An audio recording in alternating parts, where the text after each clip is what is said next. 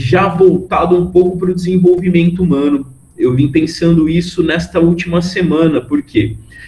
Porque uma das questões mais, talvez, evidentes e objetivas nesse momento que eu venho percebendo é relacionada ao desenvolvimento infantil. Durante 2 anos quase de pandemia, né, muita coisa foi se modificando no próprio desenvolvimento da criança. E hoje as crianças elas retornam para a escola, né, de uma forma que elas não estavam quando elas entraram. Alguém está falando que está travando? Está travando para todo mundo, gente? Ou não? Está travando para todo mundo? Não? Então tá. Deve ser. Tá. Deve ser a conexão, então, ali da... Quem que falou? Aqui tá normal. Tá. Deve ser a conexão da Elaine. Elaine, qualquer coisa tenta sair e entrar novamente, tá? Bom, aquelas... Tá normal também. Então, tranquilo, gente. Qualquer coisa vocês vão tentando entrar e sair, tá? Que a gente sabe como que é essa vida das tecnologias aí hoje. Enfim, por que eu vinha pensando nisso, né? Porque é algo que hoje a gente consegue visualizar muito. Talvez é uma demanda muito nova também, essa forma que a criança está voltando até a escola, depois de passar 2 anos em um contato direto com instrumentos tecnológicos, e querendo ou não, isso afeta, sim, o nosso desenvolvimento psicológico.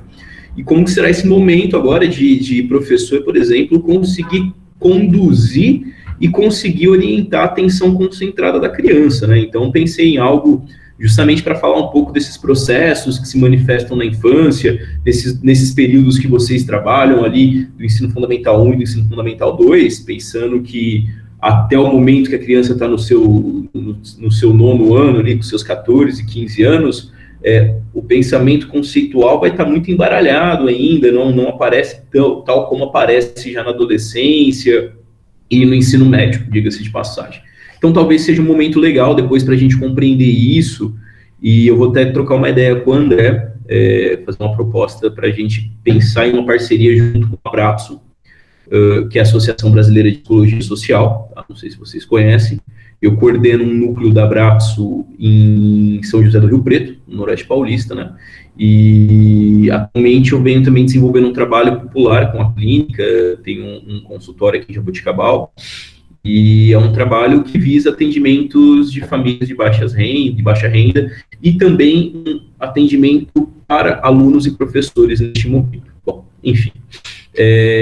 Me apresentando, eu gostaria de dizer para vocês que hoje, então, nós vamos trabalhar um pouquinho sobre essa questão da saúde mental. Eu pretendo desmistificar com vocês algumas questões acerca da saúde mental, tentar quebrar alguns paradigmas, e principalmente tranquilizá-los no sentido de, olha, mesmo que nós estejamos chateados nesse momento, mesmo que todo mundo não tenha tantas condições de estar constantemente bem neste momento, sim, nós ainda temos condição de garantir a nossa sanidade, a nossa saúde mental, tá? Pelo menos, assim, eu acredito que a gente consiga ter um pouquinho de condições e dar uma respirada vez ou outra. Então, eu quero demonstrar algumas coisas para vocês. Por isso, eu começo dizendo o seguinte, gente, quem já ouviu essa fala já vai reouvir milhões de vezes isso agora, que eu tive uma grande e uma imensa dificuldade, tá, em preparar esse material. Quando o André falou, eu falei, simples, facinho, né? Eu fiquei a pandemia toda fazendo fala sobre saúde mental com os meus alunos, então, legal. Aí, de repente, eu parei e pensei, falei, e agora, gente? Uma coisa é a gente falar sobre saúde mental ali no curso de psicologia, né? Outra coisa é, talvez, a gente falar isso para professores que neste momento tiveram a tua atividade guia, ou seja, o teu trabalho totalmente afetado pela pandemia, em que motivo da atividade e finalidade já não se coincide mais, já são diferentes, e aquilo causa um estranhamento do professor com o seu trabalho, que causa adoecimento e sofrimento psíquico. E aí eu fiquei pensando, falei, poxa vida, e eu me coloquei ali um pouco enquanto professor, será que eu, enquanto professor, tenho saúde mental hoje, né? Ou então, será que a gente pode falar de condições de ter saúde mental? E aí eu fiquei pensando bastante sobre por onde eu começaria essa fala, por onde eu talvez tentaria apresentar esse material para vocês.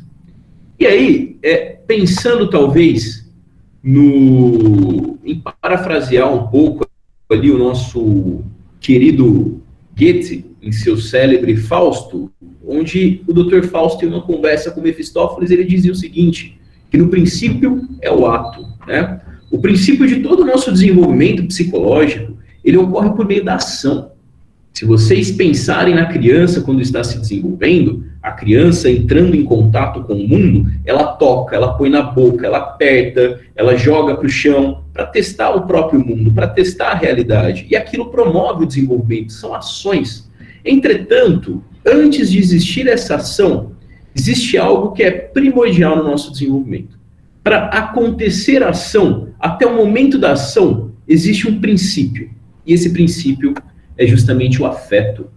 Eu trago aqui para vocês uma citação breve de um psicólogo que é um tanto conhecido na educação, que é o Vygotsky, em que ele nos diz que o afeto é o alfa e o ômega, o primeiro e o último elo, o prólogo e o epílogo de todo o nosso desenvolvimento psíquico. Nós somos afetados do exato momento que nós nascemos até o último dia de nossas vidas, tá? E aí nós entendemos e compreendemos muito esse afeto em vários momentos, como talvez uma característica de uma pessoa que é carinhosa, uma pessoa fulano de tal, é tão afetuoso, quando na verdade o afeto ele tem um significado que ele está presente na própria palavra, né? Afeto é ser afetado por algo. O que me afeta nos dias de hoje em meio a essa pandemia? Como eu estou afetando um outro em meio a essa pandemia? Como um outro está me afetando em meio a essa pandemia? Pensem que agora vocês vão se relacionar mais do que estavam se relacionando ali atrás, né? Pessoalmente, eu digo. E agora? Como que vocês estão afetando o outro com suas características? Como que esse outro vem afetando vocês com as características de vocês, né? E pensando nessa questão, eu deixo uma reflexão para vocês. Porque como que vocês se afetarão neste momento de retorno? Será que todo mundo se afeta da mesma maneira? Será que todo mundo tem o mesmo tipo de afeto? Pelo trabalho, pelas relações com os colegas, pela relação com a família e assim por diante? Então, nós temos que pensar que muita coisa se modificou nesses quase 2 anos de pandemia. E uma delas foi o afeto. Tá? A forma que nós somos afetados hoje pelo mundo se modificou totalmente. Hoje, em vários aspectos, nós temos medo de pessoas, nós temos medo de alguns lugares, nós temos medo de sair. Não estou generalizando, mas assim, eu estou colocando aqui para vocês o que eu encontro diariamente, tá? Em um trabalho empírico, diga-se de passagem. Então, são questões que estão aí relacionadas ao nosso dia a dia, ao nosso convívio. Por isso, pensem um pouco, tirem esse momento para pensar como que vocês estão sendo afetados por esta pandemia, tá? Antes de, inclusive, talvez julgar um outro ou julgar o outro de determinada maneira. A gente vai falar muito aqui sobre uma tal de autoconsciência, sobre compreender e entender o outro nesse momento, principalmente. Mas, enfim, o que seria essa tal de saúde mental, né, que a gente vai propor aqui, tentar explicar algumas coisas e realizar algumas considerações. Eu trouxe para vocês, então, algumas dúvidas, algumas curiosidades, concepções, conceitos, compreensões corriqueiras, midiáticas, etc, etc, etc, sobre essa tal de saúde mental. Por quê? Por que compreensões corriqueiras e curiosidades? Atualmente, eu não sei vocês, mas pelo menos quando nós acordamos, hoje um dos costumes muito grandes que nós temos é o quê? Pegar o celular, abrir o Instagram e olhar o que tem no feed de notícias, né? Twitter, Facebook e assim por diante. E aí parece que quando a gente abre aquilo, nós estamos e nós caímos diretamente num filme do Rocky Balboa, né? Que assim, é mensagem motivacional a todo instante, mesmo sem saber que aquelas mensagens, né, não condizem com o que a psicologia chama de motivacional, porque motivacional está muito vinculado ao motivo. Qual é o motivo para você fazer determinada atividade? Para nós, isso é motivação, isso é algo motivacional, ok? Apresentar novas condições para o aluno estudar, por exemplo, isso é algo motivacional. Então, a gente cai nessa questão da motivação o tempo inteiro. E hoje, nós temos aí um instrumento que é o celular, um instrumento que são as redes sociais, que permite com que nós encontremos informações a todo instante. Então, nós estamos lidando com informações que muitas vezes são informações fragmentadas, são informações que deixaram de ser corretas há anos atrás. Porque, assim, se nós na psicologia trabalhamos, por exemplo, com uma verdade, nós entendemos que a verdade ela é histórica. Tá? Então, assim, aquilo que foi verdade na psicologia no século XX, no começo do século XX, pode já ter sido superado. E a ciência busca sempre essa superação da própria verdade. Tá? Por isso que muitas vezes nós convidamos quem? Especialistas, né, para fazer aquelas famosas frases, aquelas famosas falas na mídia sobre, hoje, a saúde mental, que é algo que encontra-se muito em alta nos dias atuais. Pois bem, e atualmente, né, nós ouvimos muito falar sobre essa saúde mental. No entanto, será que hoje nós temos condição de garantir a nossa saúde mental? Ou será que hoje nós temos condição de compreender o significado da saúde mental? Afinal de contas, gente, o que é saúde mental, né? A gente ouve, né, nesse momento assim, saúde mental é felicidade, é um bem-estar social, é um retorno financeiro, é uma gratidão, está dentro de nós, depende apenas de nós. Então, assim, nós ouvimos tanta coisa sobre a saúde mental e muito pouco conceito que explique o verdadeiro significado da saúde mental.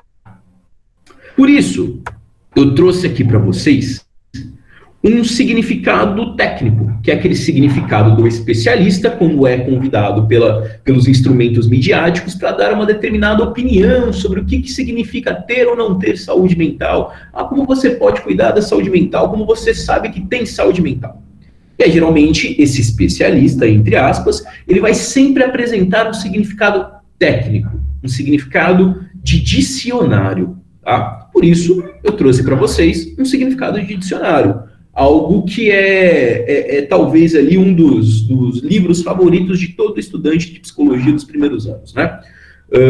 Se a gente for pegar ali nesse dicionário, que é um dicionário muito vendido pela psicologia, nós encontramos que ter saúde mental é estar num estado relativamente constante da pessoa, emocionalmente bem ajustada, com gosto pela vida, capacidade comprovada de autorrealização e de autocrítica objetiva. É um estado positivo e não a mera ausência de distúrbios mentais. Eu colocaria aqui para vocês que, além de ter um tom pejorativo na questão dos distúrbios e doenças mentais, esse é um conceito, esse é um significado e essa é uma explicação que ficou na psicologia já ali no século XX. Por quê? Porque hoje nós sabemos que existem condições diferentes de vida que podem favorecer ou não você ter uma saúde mental ou não. Nós sabemos hoje que não necessariamente nós precisamos ter uma constância, não necessariamente nós precisamos ter estar emocionalmente bem a todo instante. Nós podemos ficar tristes, nós podemos nos chatear. A fala de alguém pode nos desestabilizar.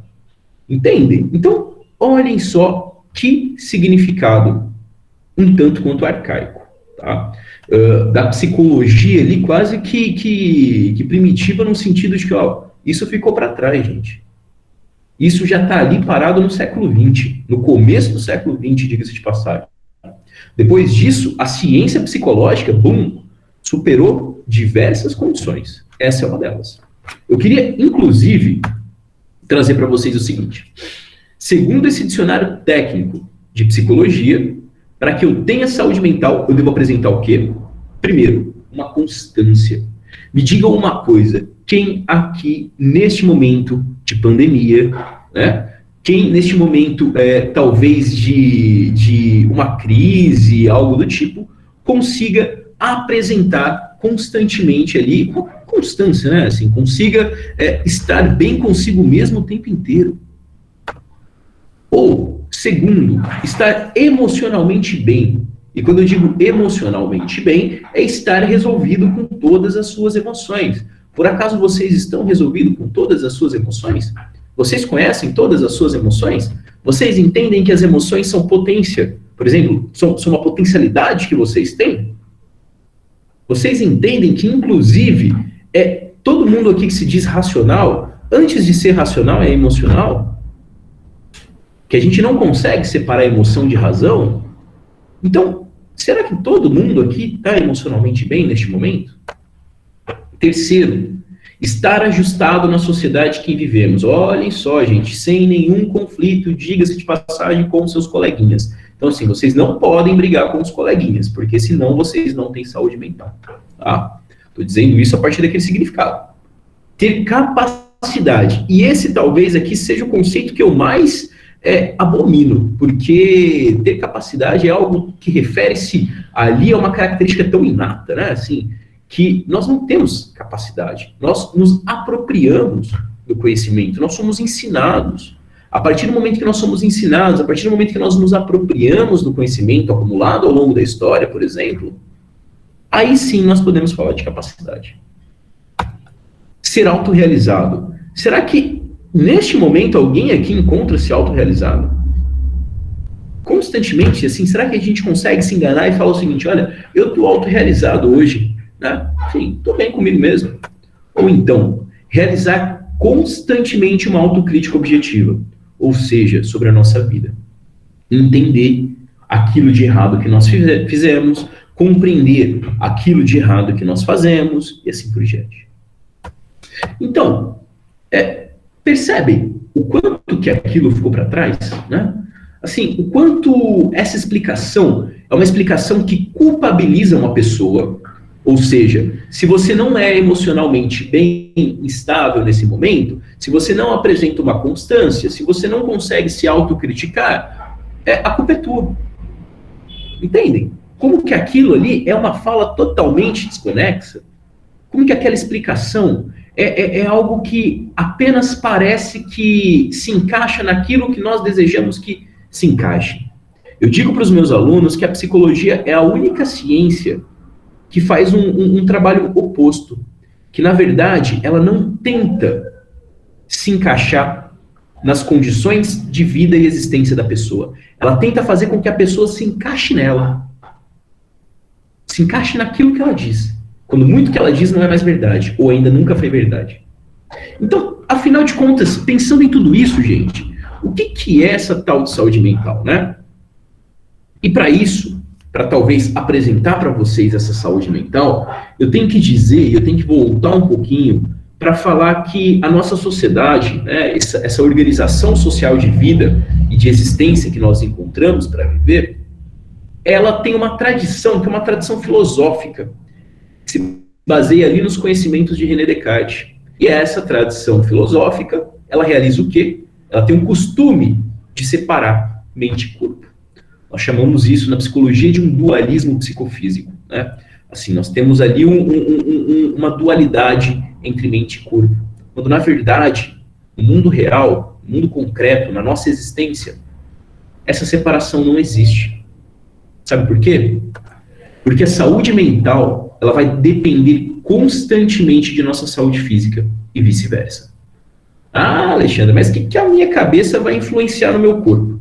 Provavelmente, vocês já tiveram aquelas famosas alergias, né? Ou então insônia, ou então um aumento excessivo do apetite, uma falta de apetite.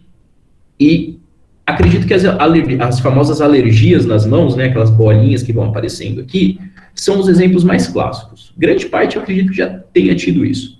O que é aquilo? Não tem causa orgânica, você faz diversos exames e aquilo lá continua aparecendo quando você está sob pressão, quando você está sob tensão, quando você está extremamente ansioso e assim por diante. Ou seja, você somatiza algo para o teu corpo.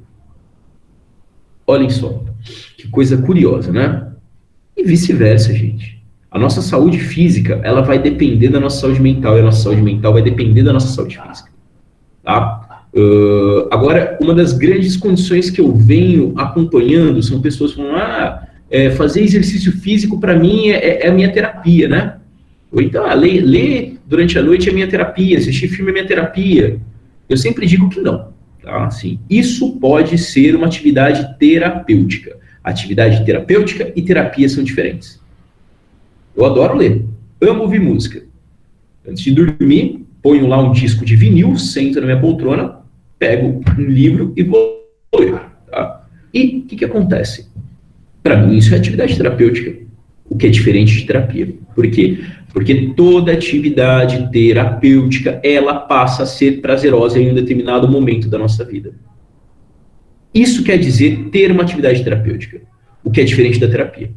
Porque terapia, não sei se alguém já fez terapia, mas a terapia não é algo gostoso de se fazer.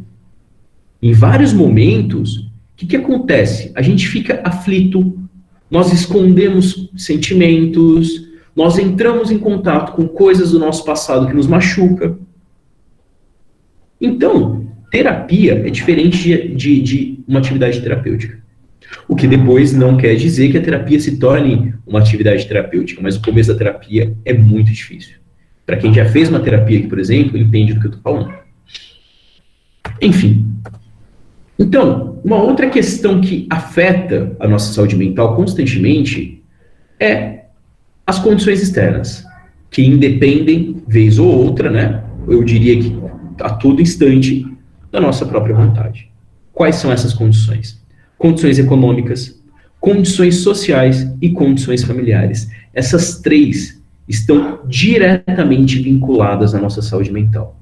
Percebam em que momento aquela explicação ali tecnicista demais do dicionário disse o seguinte: olhem só, né? Às vezes o fulano de tal não estará bem emocionalmente porque está com dificuldades financeiras. Isso é tranquilo. Às vezes fulano de tal estará chateado porque estará com problemas em casa. Isso é tranquilo. Não quer dizer que você não tenha saúde mental, não quer dizer que você não tenha condições de garantir a saúde mental. Tá? Então, percebam o quanto de coisas, né, que deixam de nos falar quando apresentam apenas um significado técnico demais. E por isso que eu gostaria de tentar aproximar aqui com vocês o conceito de saúde mental de uma realidade mais presente em nossas vidas. Prestem atenção o quanto esse conceito se difere daquela explicação tecnicista que eu trago no começo dessa apresentação. Primeiro, e isso vai ser constante aqui até o final da nossa fala, a saúde mental, ela depende constantemente do quê? Das nossas emoções. Afinal, tudo que existe depende de nossas emoções. Todos os fenômenos psicológicos, aquilo que nós chamamos de processos psicológicos, eles são antes emocionais, para depois tornarem-se, né, ou não, racionais e conscientes. Já pensaram que um processo psicológico não necessariamente se torna racional e consciente? Pois é, mas tudo, exatamente tudo, antes de vocês pararem para pensar, vocês sentem. Um exemplo, que é muito bobinho, mas que é fácil de visualizar, é o adolescente quando ele se apaixona pela primeira vez. Tá? O adolescente, quando ele se apaixona pela primeira vez, ele vê aquele objeto e, de repente, ele está olhando a pessoa e falando o seguinte: nossa, o que está acontecendo comigo, né? Aparecem as borboletas no estômago, aquele sentimento que ele fica, poxa vida, que é isso? Até alguém que chega e fala assim: ô peão, você está apaixonado. Ele fala: poxa, isso então que é paixão?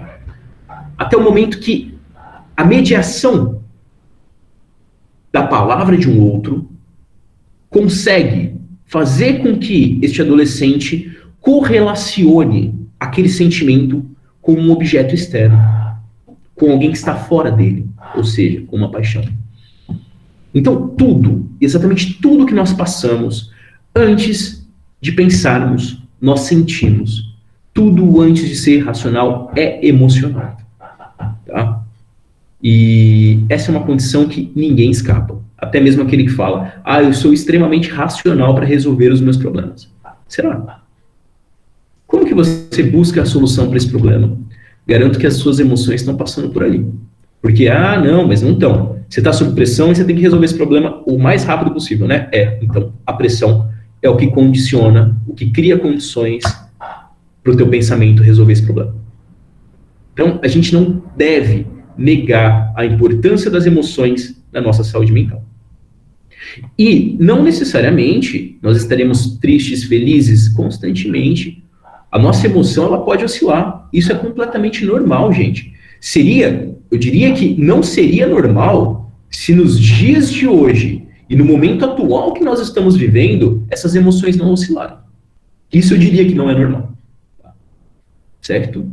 Então, olhem só, em segundo lugar, a saúde mental aqui, ela depende do quê? Das condições materiais do nosso trabalho. O que nós queremos dizer com as condições materiais do nosso trabalho, né? Pensem comigo o seguinte, quando gostamos do nosso trabalho, né? Ao mesmo tempo, estamos motivados no trabalho, temos condições para garantir a nossa subsistência, nós garantimos também um cuidado maior com o quê? Com a nossa saúde mental.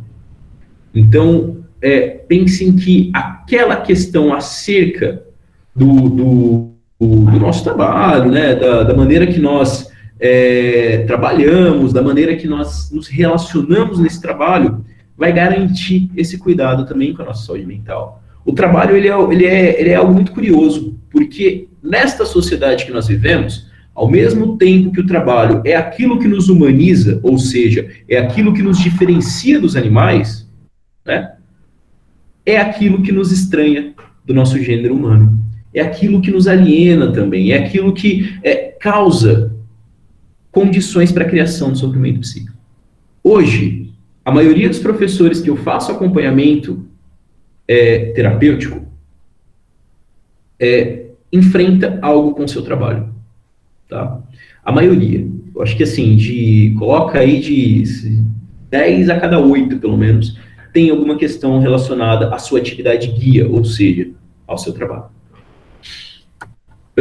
E por isso, também uma outra questão ali que é importante, né, que a gente não pode deixar de mencionar, é que a saúde mental vai depender das nossas condições familiares. Ou seja, essas relações familiares, elas estão presentes ali na constituição da nossa saúde mental. Afinal de contas, a família é a primeira instituição que nós fazemos parte no momento do nosso nascimento, no momento do nosso desenvolvimento. E em relação a isso, nós não podemos negar algumas condições que estão presentes nessa família, né? Assim, se eu estou com um problema em casa, isso vai afetar o meu desempenho, por exemplo, no trabalho? Vai. Se eu estou com um problema em casa, isso vai afetar o meu desempenho no estudo? Vai. E muito. Nós não somos robozinhos, tá? Nós não temos ali uma borboletinha, né, que a gente gira e assim, poxa vida, agora eu entrei como meu profissional aqui, todos os problemas pessoais já não existem mais. Nós somos ensinados a negarmos esses problemas pessoais. Por quê? Porque o mercado de trabalho exige, é uma exigência do mercado de trabalho. Tá? Eu vejo muito isso nas clínicas e escolas. Eu lembro que quando eu ofereci um estágio para um 5º ano numa clínica escola, eu chegava e quando os alunos não estavam bem, eu ouvia de colegas de trabalho o seguinte, aqui você não pode misturar, aqui você está sendo psicólogo. Aí eu olhava e falava assim, gente, peraí, nós paramos e pedimos para que estes alunos ouçam as emoções daqueles pacientes, para que confortem as emoções das pessoas. E aqui com eles nós fazemos o contrário, por quê? Que contradição existente, né? E não tem como, gente. Nós somos ensinados a negarmos as nossas emoções. No exato momento que nós negamos as nossas emoções, bem-vindos. Nós também negamos uma qualidade diferente para a nossa saúde mental. Uma outra questão é que a sociedade, ali, em conjunto com as relações sociais que nós estabelecemos na vida, também garantem condições para o cuidado da nossa saúde mental. Então, este tal de meio social que vivemos, ele é determinante para o cuidado da nossa saúde mental. Determinante, tá? Isso determina a nossa saúde mental. Então, ao mesmo tempo que este meio social pode garantir a nossa saúde mental, ele também pode promover uma ausência dessa característica. Ali as nossas relações sociais, os amigos, o trabalho, colegas, lazer, etc, etc, etc, eles são fundamentais, tá? Para a nossa saúde mental. Fundamentais. Bom, e, portanto, gente, vamos tentar entender aqui, antes de falar sobre essa preocupação com a saúde mental, o que seria não ter saúde mental, mas o que seria conseguir cuidar da saúde mental. Conseguir cuidar da saúde mental seria prestar atenção nas nossas emoções, ou seja, cuidar das nossas emoções, ao mesmo tempo buscar um autoconhecimento dessas próprias emoções. Isso é buscar a garantia e o cuidado da saúde mental. Tá? Não aquele negócio de, devo apresentar uma constância, devo estar emocionalmente bem, devo estar... Nossa, gente, a hora que eu li aquilo, de verdade, parece que nós somos um robozinho que nós temos que ser seriados, né? Assim, lembram do Tempos Modernos, lá do Charlie Chaplin, a hora que ele tá apertando o parafuso, de repente ele sai ainda apertando o parafuso? Parece que se nós não estamos nos encaixando naquele aperto de parafuso, aí sim nós não temos saúde mental. Certo? Só que coisa curiosa. Né? Mas, pensando nisso, quando que nós devemos nos preocupar com a nossa saúde mental? Eu digo para todo mundo, hoje, agora, neste instante e a todo momento da nossa existência. São cuidados que nós devemos ter com a nossa saúde mental, tá? Não é uma besteira que eu estou falando aqui para vocês, não é uma tentativa de vender o peixe da psicologia, pelo contrário. Eu sou muito sincero quando aparece alguém aqui no consultório e fala o seguinte, queria iniciar uma terapia. Nossa, não precisa, cara. Verdade, para quê? Ou então quando aparece alguém querendo um atendimento para criança, eu sempre digo, olha, eu não trabalho com a criança, eu sempre trabalho com a família. Por quê? Porque a criança ela ainda está se apropriando desse mundo. É claro que assim, quando a família me procura para, nós vamos fazer ali um atendimento relacionado à orientação à queixa escolar. Legal, bora lá, né? Sim, vamos pensar no atendimento à queixa escolar. Aí nós fazemos algo relacionado à queixa escolar, o que, diga-se de passagem, é muito importante, né? Porque geralmente são trabalhos bem breves e bem focais. Uma hora a gente bate um papo sobre essa tal de orientação à queixa escolar, que é algo que é sensacional, gente. Não sei se vocês já ouviram falar, mas é algo de que, assim, 5 ou 6 consultas, nós conseguimos mudar a situação da escolarização dessa criança. É um trabalho que é feito geralmente com professores, com a família, tem que ter essa participação de rede, senão o trabalho não vai para frente. Mas, enfim, isso aí é uma conversa para outra hora.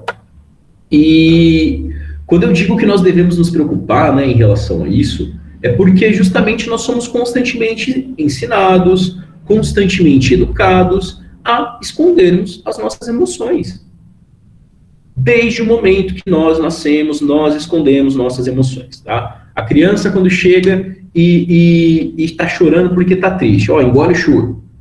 Ou então a criança, quando faz algo errado na rua, e aí de repente a gente vira, em vez de explicar para a criança que ela não pode fazer isso, porque aquilo não é lugar para ela fazer isso, a gente vai ter que explicar 100, 200 vezes, a gente faz o quê? A gente ensina ela a ter medo daquilo. A gente fala o seguinte, é bom separar, que senão o homem do saco vai vir te pegar.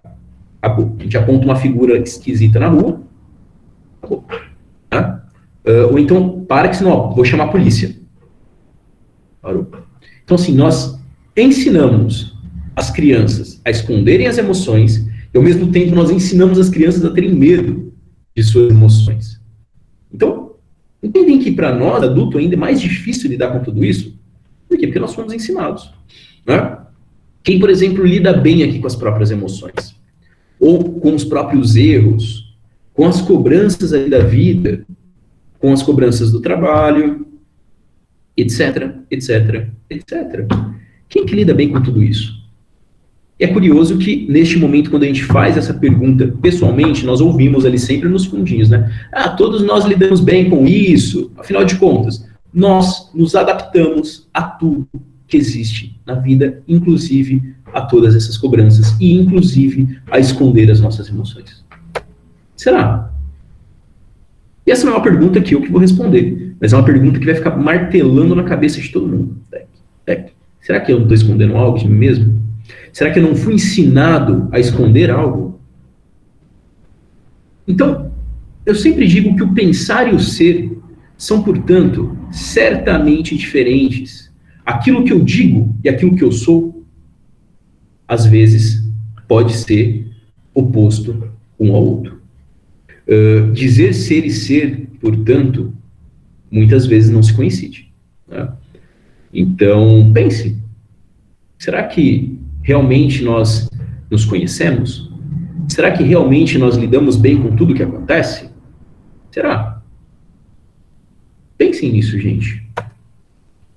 E como eu dizia, né, nesta sociedade que nós vivemos, em nossas relações familiares e sociais, nós somos educados e ensinados a todo instante escondermos aquilo que nós sentimos, aquilo que nós imaginamos, aquilo que nós pensamos. Praticamente nós ceifamos todos os processos de criatividade existentes. Desde muito cedo. Tá? Desde muito, muito cedo nós ceifamos esses processos. Talvez até mesmo os processos de pensamento criativo. No sentido de que é muito difícil nós deixarmos com que a criança expresse ali um pouco mais a sua criatividade. E nós vamos limitando essa criatividade. E limitando essa criatividade justamente nas questões acerca do esconder a própria emoção. O Vygotsky, ele tem uma afirmação em um dos seus livros, que ele diz que tanto o sentimento quanto o pensamento potencializa a criatividade humana, né? Sendo assim, quando nós escondemos esses sentimentos, quando nós escondemos e negligenciamos essas emoções, isso vai aparecer para o futuro também de uma outra maneira, de uma maneira limitadora, digamos assim. Então, hoje, e ainda hoje, isso ainda é uma constância nossa em pleno século XXI, nós negamos constantemente as nossas emoções. Nós dificilmente conversamos sobre aquilo que nós sentimos e raramente falamos sobre nossos problemas. Raramente. Tá? Quando nós conversamos com os nossos amigos, né? E, inclusive é isso. Os nossos desabafos, eles ocorrem com os nossos amigos, com os nossos colegas de trabalho. Isso ajuda, gente? Sim. E ajuda muito.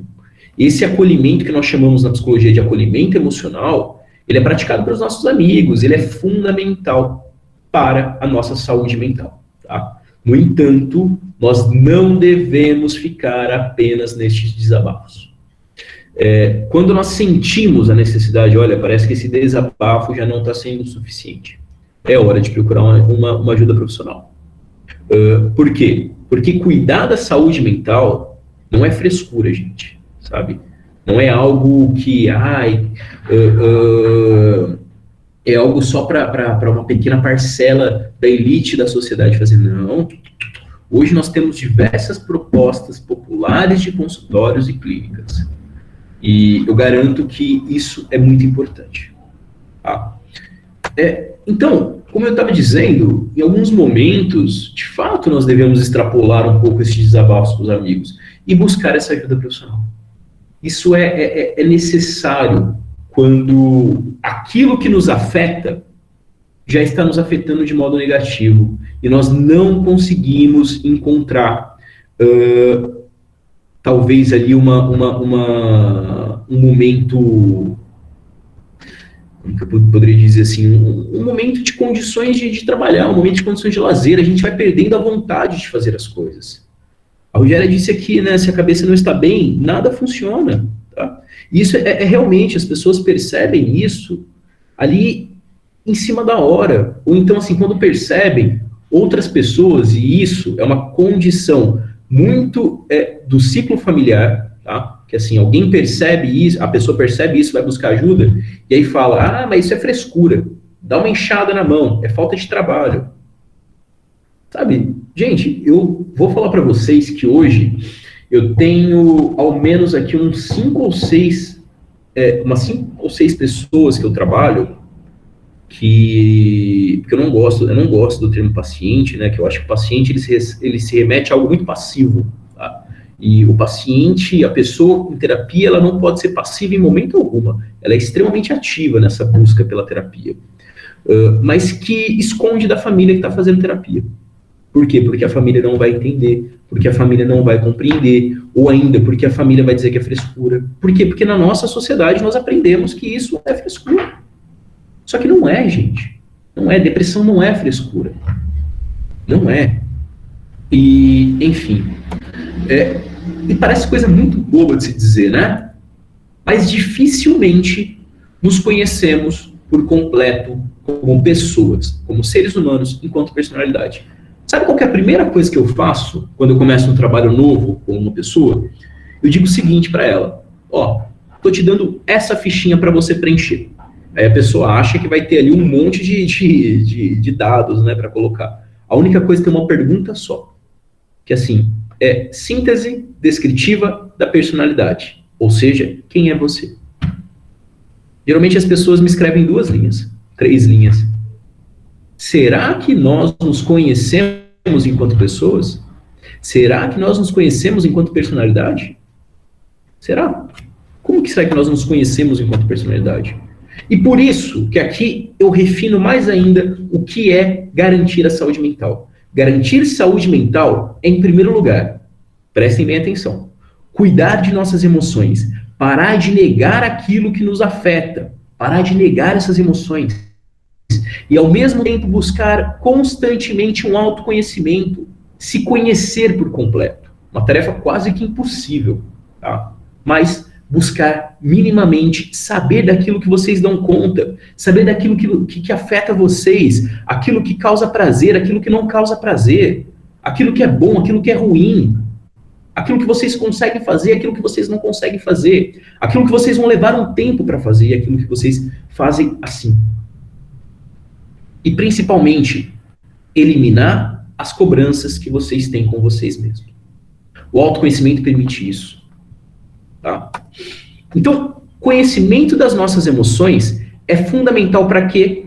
Para o nosso desenvolvimento. Como assim, Alexandre? Para nosso desenvolvimento, cara.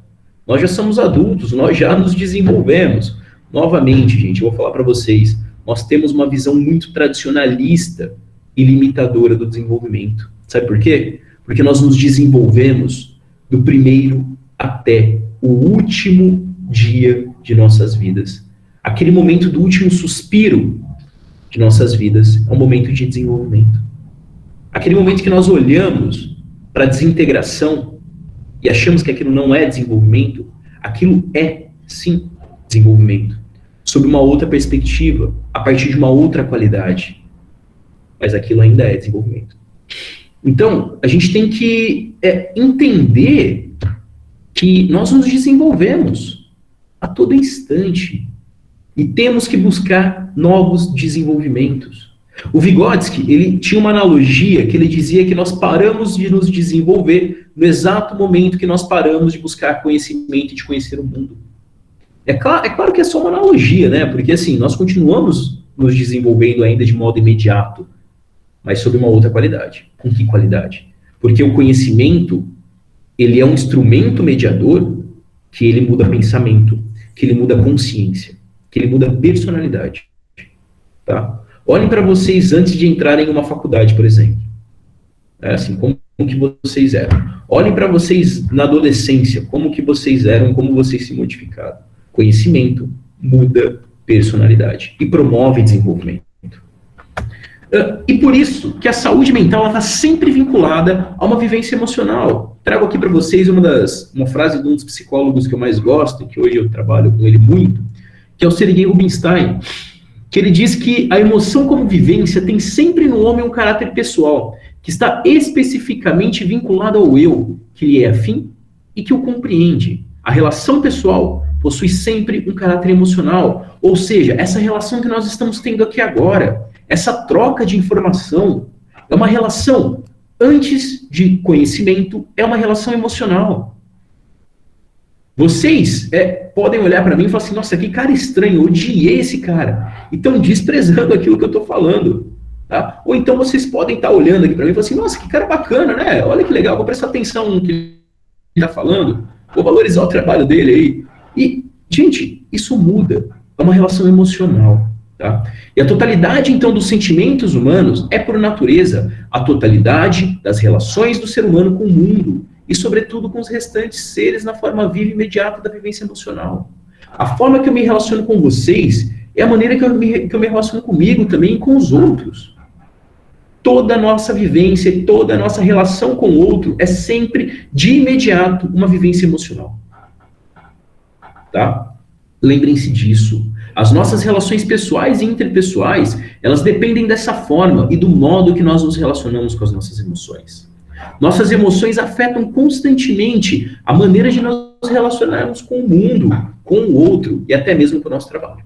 Querem ver como? Percebam que quando nós estamos tristes, o nosso trabalho se desenvolve de outra maneira. As horas, elas não passam, tudo nos desestabiliza, em certos momentos, até mesmo um oi, né? Assim, aquele oi que nos falam, pode ser motivo de respondermos com uma grosseria. Então, isso é constante. Isso é constante. Nós estamos, vez ou outra, desestabilizados. E se eu perguntar para vocês, por que vocês ficaram chateados? Né? Assim, já acordaram naqueles dias, que, por exemplo, você fala assim, nossa, esse vai ser o meu dia. Vou ser extremamente produtivo hoje. Aí, de repente, acontece alguma coisa que você fica da pá virada, né? Você fica assim, gente, o que aconteceu que eu fiquei rabugento de uma hora para outra? Ué, você não sabe? Você não se conhece para saber o que aconteceu? Então, entendam, vejam a importância de entender e de compreender as próprias emoções. Olhem só que coisa engraçada, né? Porque quando acontece algo na nossa vida que nos desestabiliza, dificilmente nós paramos para pensar naquilo, naquele momento. Nós fazemos uma coisa oposta, geralmente. Em vez de pensar, nós sentimos. E aí nós não conseguimos parar para analisar e entender os nossos sentimentos, porque nós não somos ensinados a realizar isso. Coisa esquisita, né? Enfim, quais são as nossas emoções? No seu significado primário inicial, o caráter subjetivo do psíquico, ou seja, isso daqui, gente, que está em vocês, essa característica que é de vocês, o que está presente na atividade de vocês, vem nos dado pelo fato de que todo psíquico pertence ao indivíduo, ao homem como sujeito. Tá? Não é um sujeito que é aquele sujeito ainda cartesiano, assujeitado no mundo, mas é um sujeito da atividade, que altera as características que estão nele, que transforma a natureza e transforma a si próprio ao mesmo tempo. Então, não há sensações, pensamentos e sentimentos que não sejam de alguém. Toda sensação, todo pensamento é sempre uma sensação ou um pensamento de um determinado ser humano. O que nós chamamos de caráter subjetivo do psíquico é sempre uma atividade da pessoa. Tá? Então, assim, valorizem as características que vocês têm. Isso é extremamente importante. E são as nossas emoções? Sim, gente, são as nossas emoções.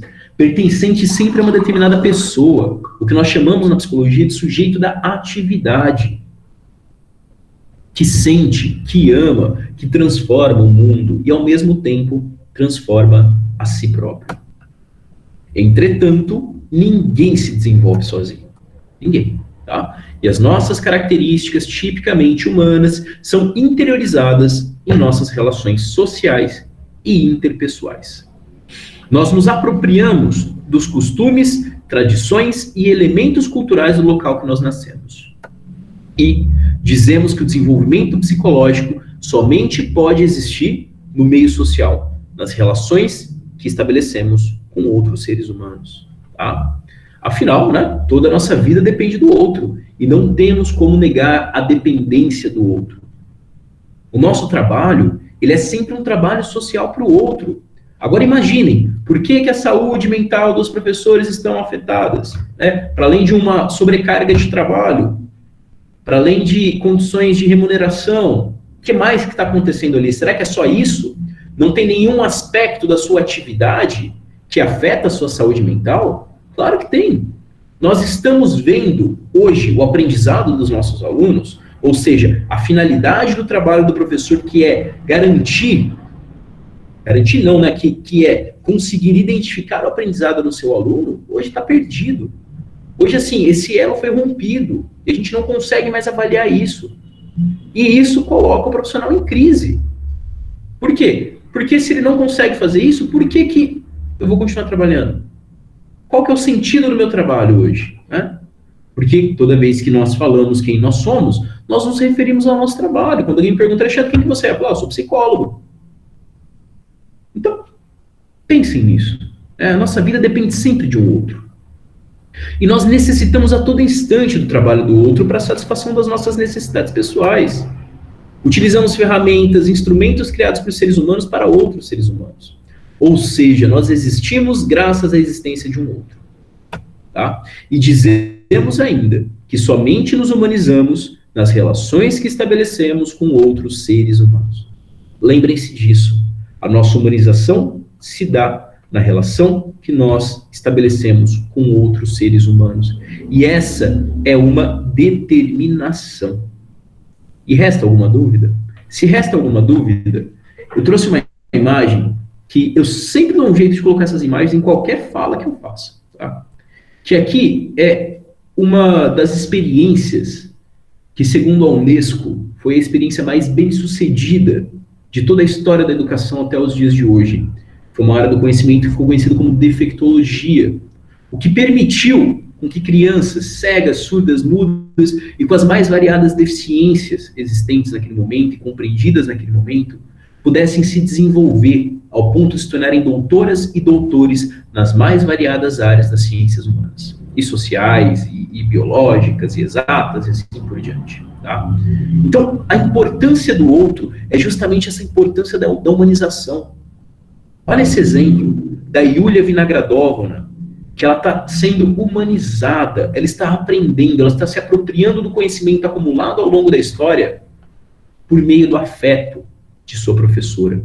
Ah, a professora está sendo carinhosa com ela? Não, a professora está afetando a sua aluna por meio dessa troca de informações. A conversa delas se dá por meio das mãos. Então, a Yulia, ela vai se interessando, por exemplo, pela história em sua comunicação.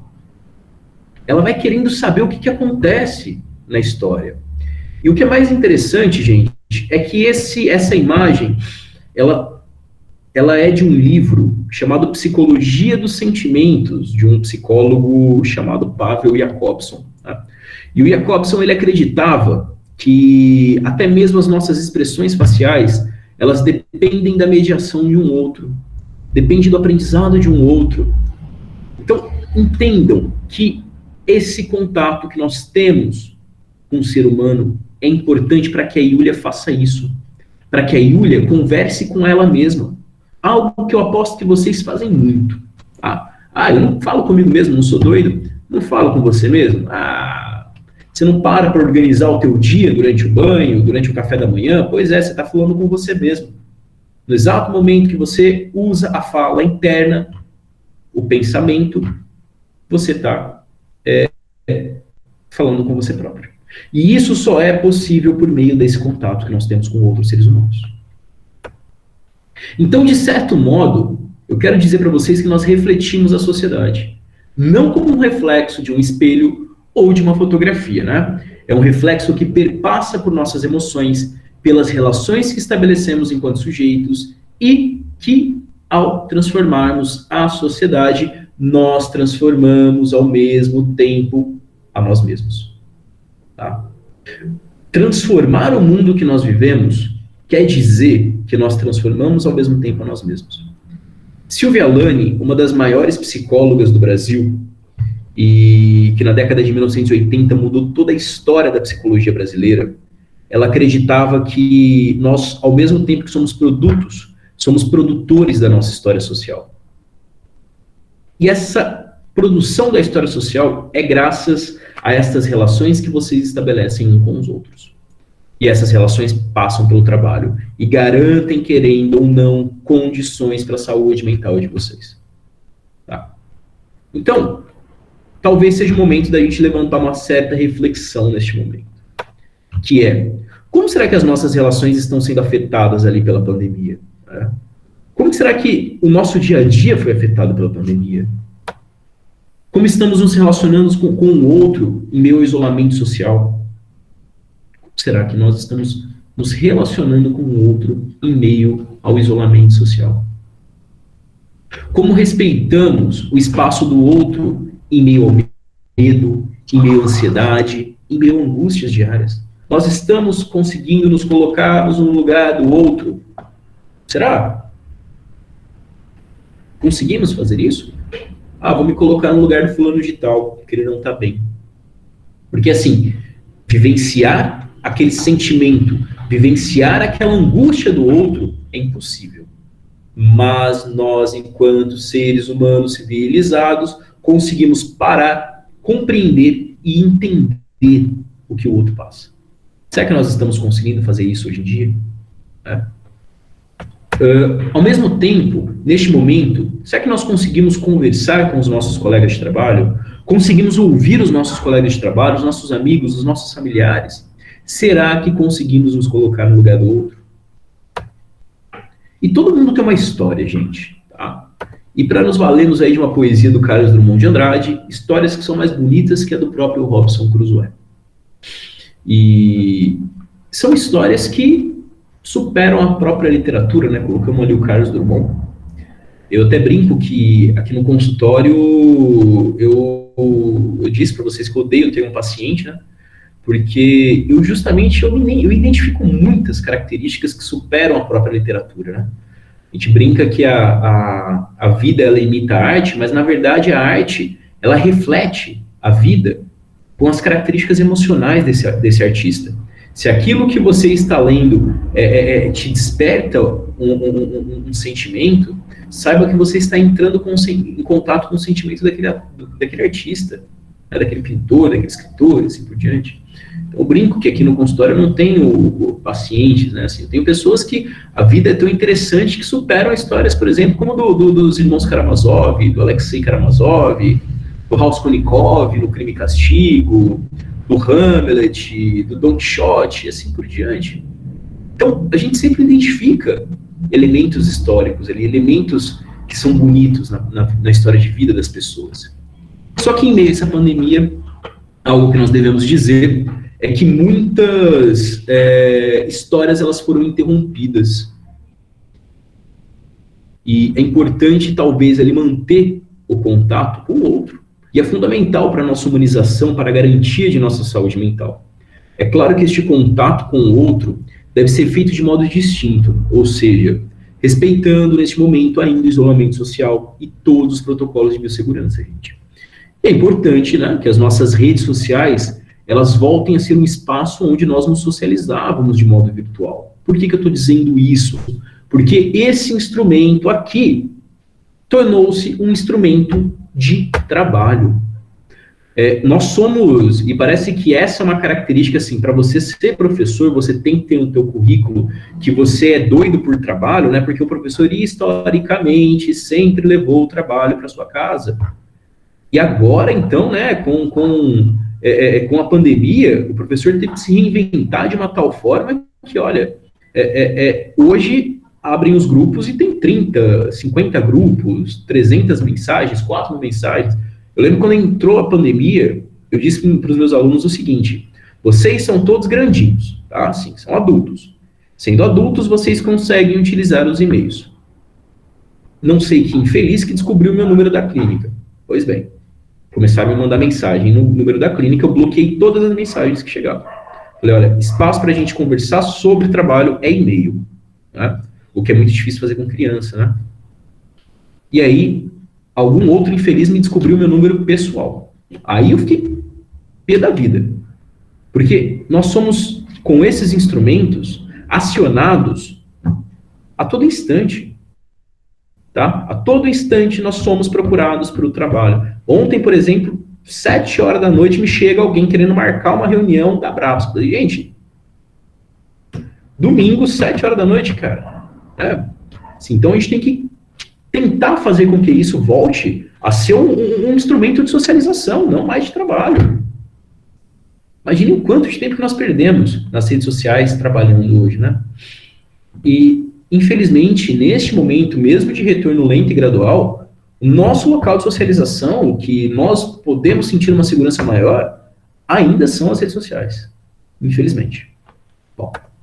E para encerrar, gente, eu gostaria de encerrar novamente com o Sergei Rubinstein, em uma de suas passagens, que ele diz o seguinte, que não há nenhuma dúvida de que nada do que nos é dado em nossa experiência direta nos pode ser dado de outra forma. Nenhuma descrição, por muito intensa que fosse, faria um cego perceber a policromia do mundo, nem um surdo reconhecer o caráter musical dos seus tons. Nenhuma dissertação pode substituir no ser humano o que este sente, se ele próprio não experimentou o amor, o espírito combativo ou a ânsia de criar. As minhas próprias sensações ou emoções são-me proporcionadas de outra forma, de outra perspectiva e de maneira diferente da dos outros. As emoções, pensamentos e sentimentos do sujeito são os seus pensamentos, as suas emoções. São as suas emoções um pedaço da sua própria vida, da sua própria carne e do seu próprio sangue. O que eu quero dizer com isso, gente? Que dificilmente hoje, né, nós conseguimos, talvez, nos colocarmos ali no lugar de um outro. Dificilmente hoje nós olhamos para essa convivência social que nós temos e nós conseguimos nos identificar com o outro.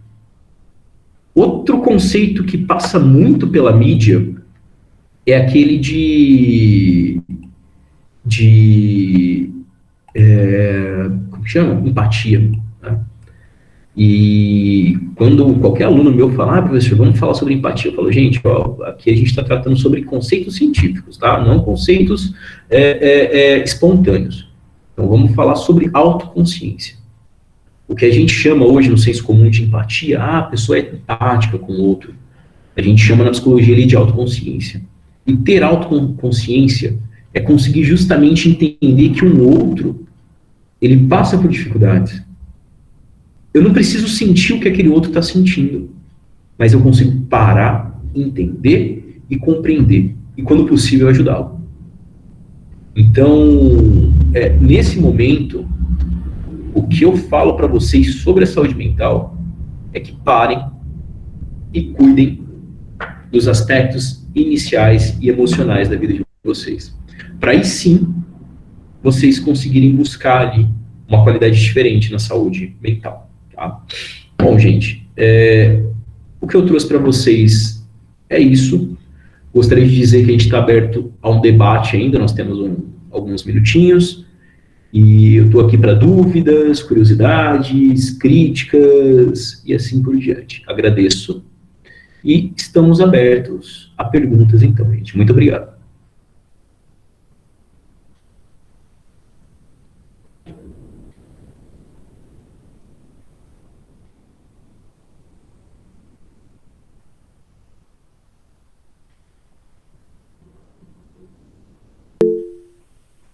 Pode falar, Clarice.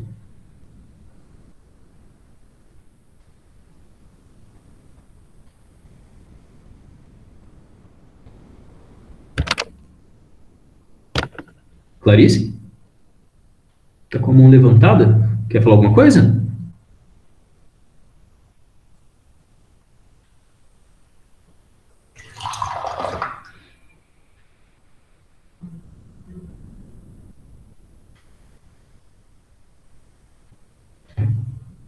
Bom, gente, acho que vou ter levantado aqui sem querer. Bom, gente, se ninguém tem nenhuma colocação, então, né, nós encerramos por aqui. E só um minutinho aqui.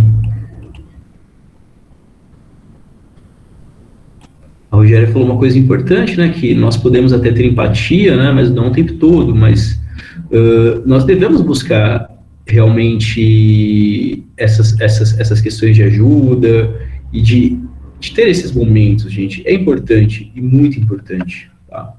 Eu acho que estar ali hoje, talvez emocionalmente bem, constantemente, é uma tarefa muito difícil.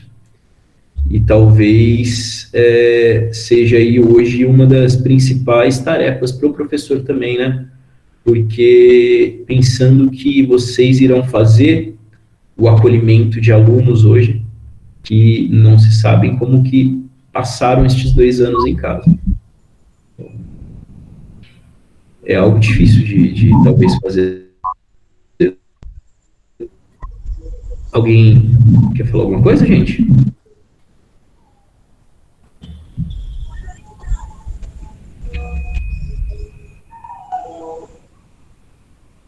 Gente, então, se ninguém tem nada para dizer, nós encerramos por aqui, então. Novamente eu agradeço e até a próxima. Até a próxima, Alexandre. Obrigada. Tchau, tchau. Tchau, obrigada.